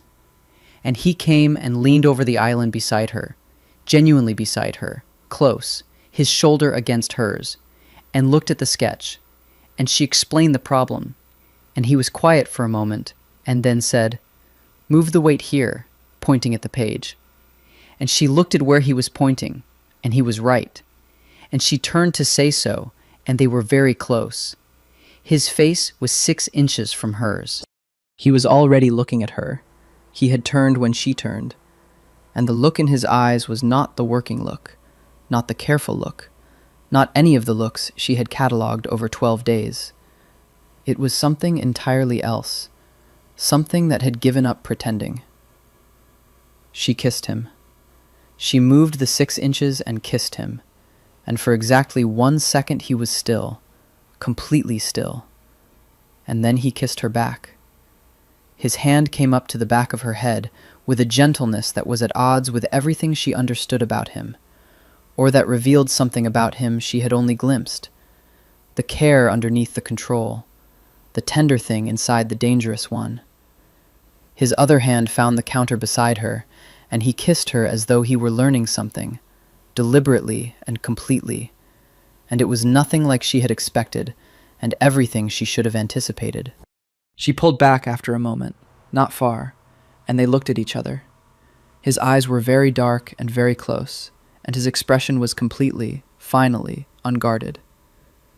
"Alara," he said. "Don't apologize," she said. "I wasn't going to." "Don't pull back either." He looked at her for a long moment. Something moved through him. She felt it through the hand still in her hair, a slight, contained tremor. "I need to tell you something," he said. "After," she said. He stopped. "There are things in my life that are not resolved. Situations. The thing I handled last week was one of them. There are others, and you being here makes..." He paused, searching for it, and she understood he was being precise because the stakes of imprecision were something he was acutely aware of. "It changes how I have to calculate certain things. Because you matter, and mattering introduces risk." "I'm not afraid of risk," she said. "I know," he said. "That is the thing I am most afraid of." She looked at him for a moment. Then she took his face in both her hands and made him look at her. "I chose this," she said, "not accidentally, not because I was running from something and landed here by chance. I was running, and I landed here, and I could have left on day one, and I didn't. I chose to stay, and I have kept choosing it every day." She held his gaze. "You don't get to protect me from a choice I've made." The look on his face when she said this was something she would carry for a long time. He kissed her again. The threat came from Daniel Chen. She should have anticipated this. She had, in some part of herself, anticipated this. But the specific form of it caught her off guard. It wasn't legal, though his assistant's email had been the first draft of something legal. It wasn't personal, though it was that too. It was delivered through her father. A call, first to Ramon, which Ramon had described to Alara in a second call, with the particular controlled tone of a man relaying information he is still processing. Chen had significant leverage in several of Ramon's shipping lanes, partnerships that had been built into the engagement arrangement, and were now apparently contingent on what Ramon would do about his daughter. The phrasing, her father reported, had been very precisely not a threat, which was to say it had been precisely a threat. "What does he want?" Alara had asked. "He wants you to come back," her father said, heavily. "Not to the wedding. He's not that kind of man. He won't insist on that. He wants..." A pause. "He wants you to appear to have reconsidered. A public statement of some kind. Something that restores a certain appearance." She had hung up and sat on the penthouse couch and felt something cold settle in her chest that was not fear, but was adjacent to it. The old reflex, the trained response, the calcified understanding that her needs were a variable in a larger equation. Luca was in the room when she came out of the guest room where she'd taken the call. He looked at her face. "Tell me," he said. She told him.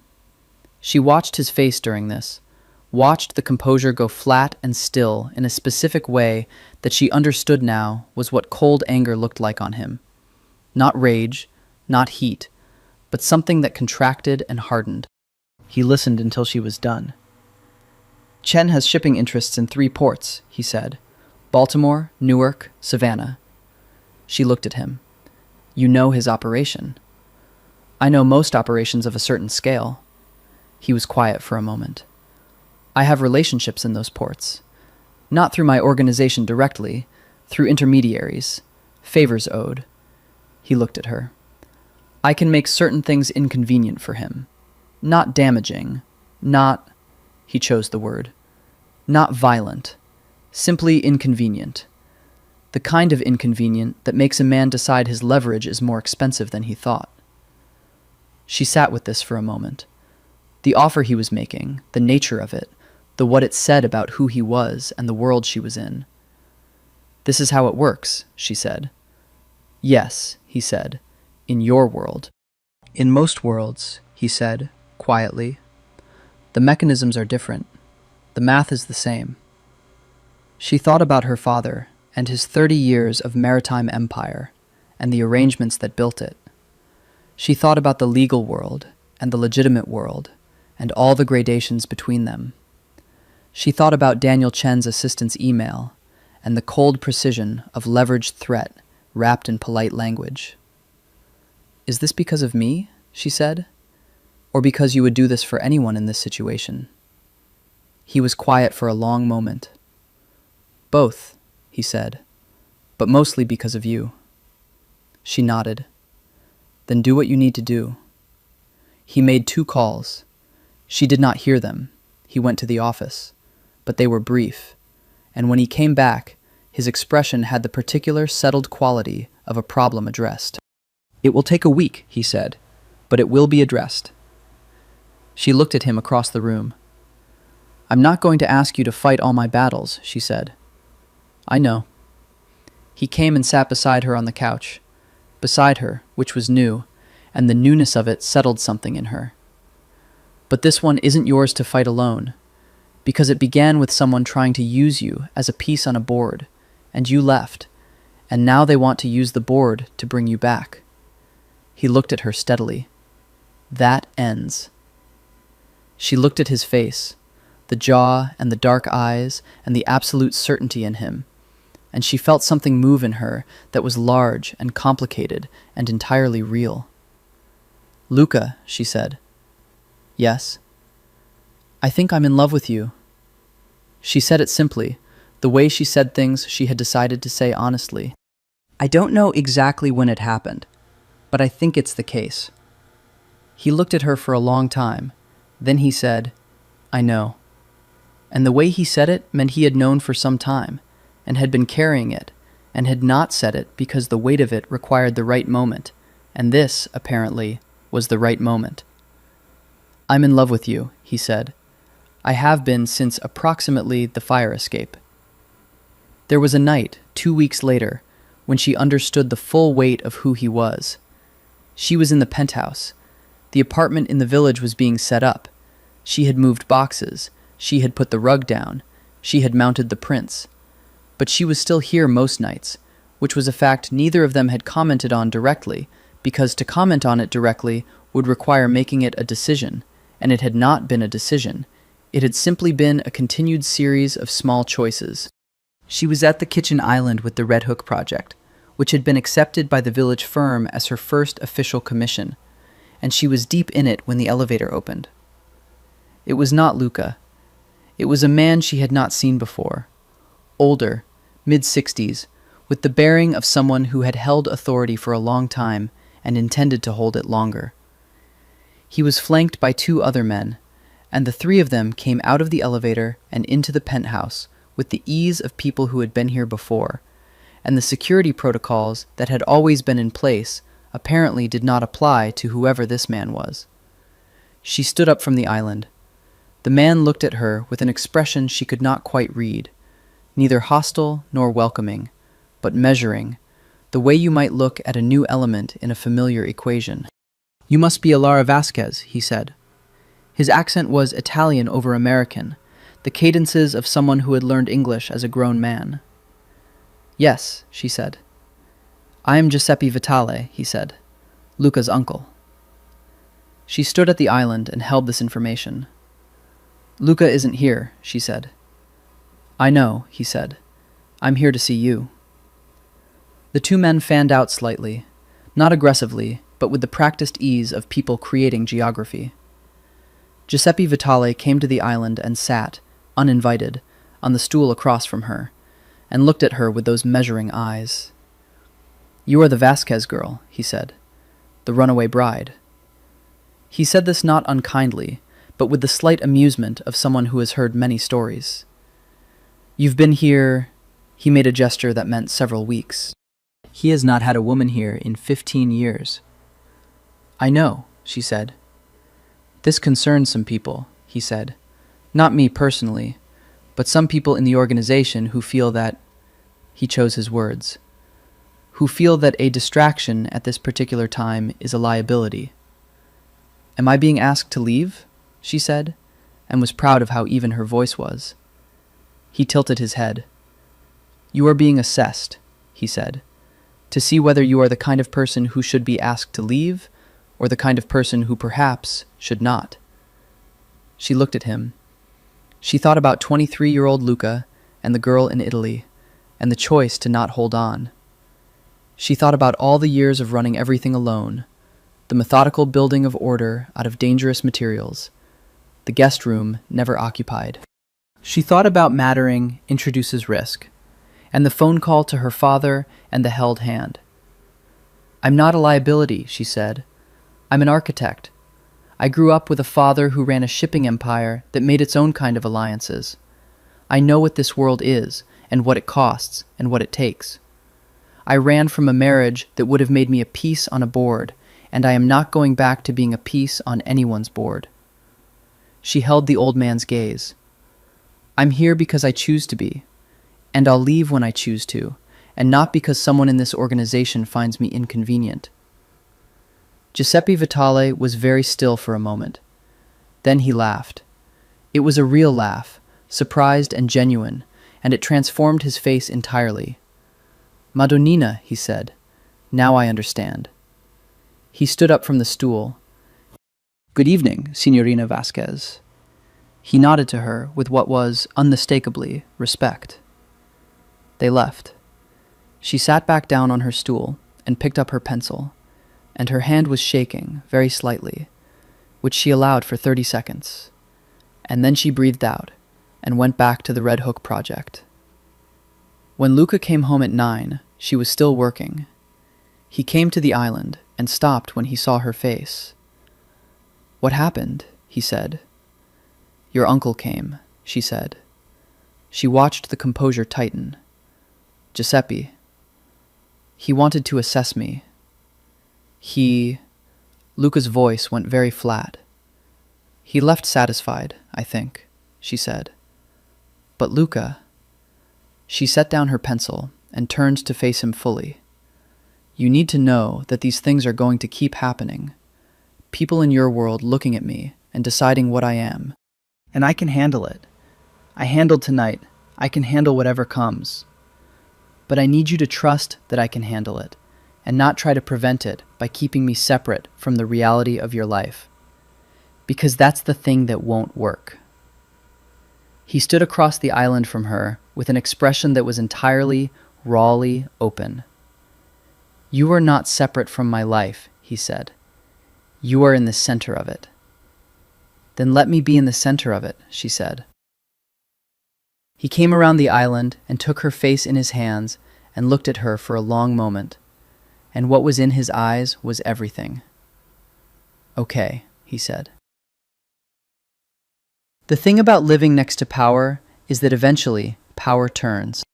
It turned 3 weeks later, in the form of a development that had been building in the background of Luca's world during all the weeks she had been in the penthouse. The realignment of 3 families that he had told her about in the abstract. The shift that was approaching a moment of resolution.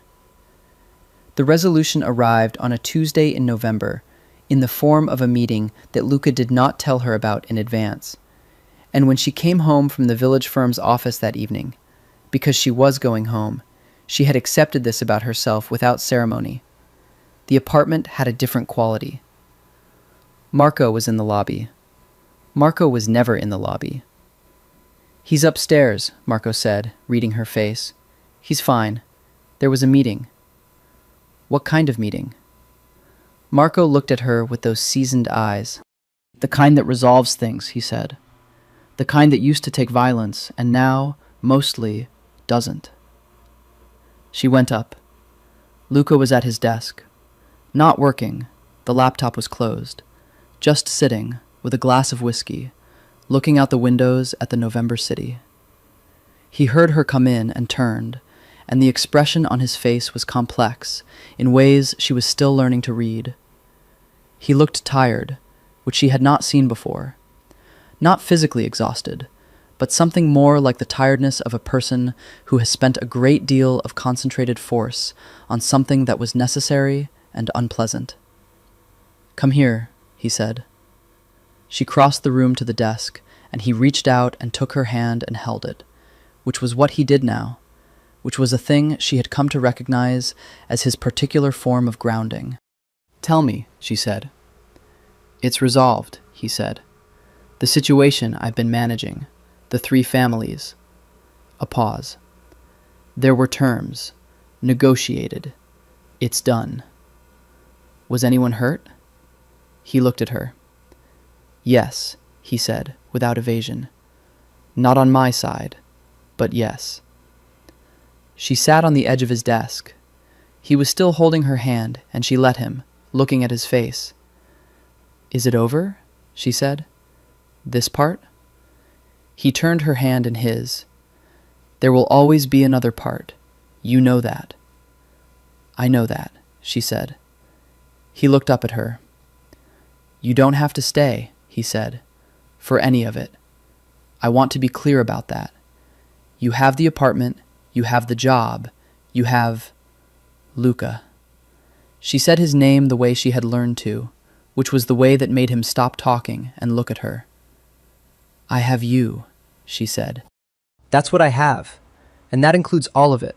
The meetings and the situations and the things that get resolved in ways I'd prefer to not know the details of." She looked at him steadily. "I'm not staying because I don't understand the cost. I'm staying because I've decided the cost is worth it." He looked at her for a long time.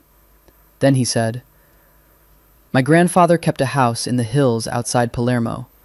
When things were—" He paused. "When things were heavy, he used to go there. He said it was the only place he could think clearly." "Do you still have it?" "Yes. I've never—" He stopped. "I've never gone there myself." "Why not?" He was quiet for a moment.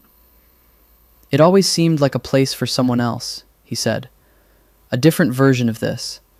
The version that was possible once you had—" He stopped again. She waited. "Once you had someone to go with." She looked at him in the November light, this careful, dangerous, uncompromisingly good man who had spent 15 years running everything alone.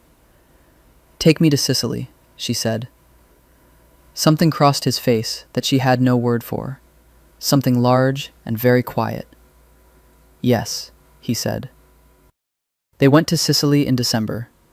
The house in the hills outside Palermo was older than she had imagined. Stone walls that had been absorbing the Mediterranean heat and light for 200 years. A terrace that looked out over the olive groves to the coast below. The sea in the distance doing what the sea does in December, gray and silver and enormous. The inside was cool and dark and smelled of old wood and the herbs that grew in the kitchen garden. And when they arrived in the late afternoon, Luca stood in the doorway for a moment, and she stood beside him, and they looked at it. "It's beautiful," she said. "Yes," he said, and looked at her when he said it, and she let the implication of that sit between them in the warm Sicilian air. They were there for 5 days. 5 days in which she understood, for the first time, who he was when the organization was not immediately present, when Marco was not downstairs, and the phone was quiet, and the city was thousands of miles away, and there was only the stone house and the olive groves and the December sea. He was still himself, deliberate, precise, economical of word, and careful of attention. But there was something beneath the control that breathed more freely here, something she had only glimpsed in the penthouse and now could see openly. He was funny, in the particular dry way she had been developing a vocabulary for. He cooked, seriously, devotedly, in the stone kitchen, with the same focused attention he gave to everything, and the results were extraordinary, and when she said so, he looked like a man receiving something he had not expected. He talked about his grandfather, about growing up in the organization's world, the summers in Brooklyn and the occasional visits here, the weight of the inheritance and the boy who had understood, early and without drama, that his path was not a choice, but a given. "Did you want to be something else?" she said, on the second evening, on the terrace with wine as the December sun set over the sea. He considered this. "When I was young," he said, "I wanted to be an architect." She turned to look at him. The dying light was on his face, and his expression was quiet and slightly wry, and she felt something in her chest shift and resettle. "An architect," she said. "I was good at it, I think, or I would have been." He looked at the sea. "I designed this terrace when I was 16. I added the overhang, that extension there. My grandfather let me do it." She looked at the terrace, at the extension, at the precise and elegant way it handled the proportions. "That's beautiful work," she said, "for 16. "I had a good eye," he said. "I just didn't have a path." She reached across the table and took his hand, which he allowed, which he held, which he turned in his fingers the way he always did. "You have one now," she said. He looked at her. "I have several," he said, and his voice was quiet and full of something she recognized. "More than I expected." On the last day in Sicily, standing on the terrace in the early morning, while the olive groves were silver with light and the sea was visible on the horizon, Luca said, "I want to tell you something." "Tell me," she said. "I've been thinking," he said, "about the Red Hook project, about the warehouse." He paused. "I've been thinking about buying it. Not for the organization, legitimately. An architectural development. I want," he turned to her, "I want to invest. In your vision of it. If you would." He stopped, and what she saw on his face was something she had never seen there before, which was uncertainty, clean and unguarded.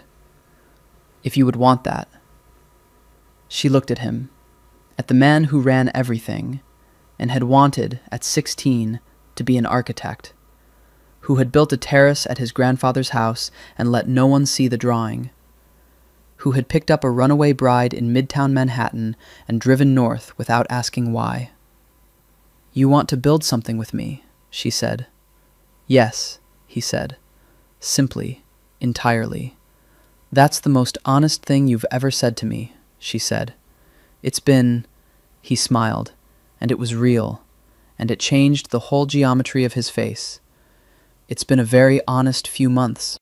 She crossed the terrace and stood in front of him, and looked up at him in the Sicilian morning light, at the person she had found at the end of a fire escape and 43 silk buttons, at the person she had chosen, and kept choosing, and would, she understood in this moment with complete certainty, keep choosing for a very long time. "Okay," she said, "we'll build something." He put his hands on her face, careful as always, as though she were something he was still adjusting to being allowed to have. He kissed her, in the morning in the olive groves, with the sea on the horizon, and she kissed him back, and outside the stone house of a man who had understood the weight of inheritance, a generation's worth of careful distance finally, completely dissolved. She moved into the penthouse the following March. She kept the village apartment because she liked it, and she was an architect, and she had opinions about spaces, and one of the first things she had told him she needed was a place of her own that was entirely hers. He had agreed immediately, which was the thing she would always love most about him, the way he made space for her choices, even when the choices included space away from him.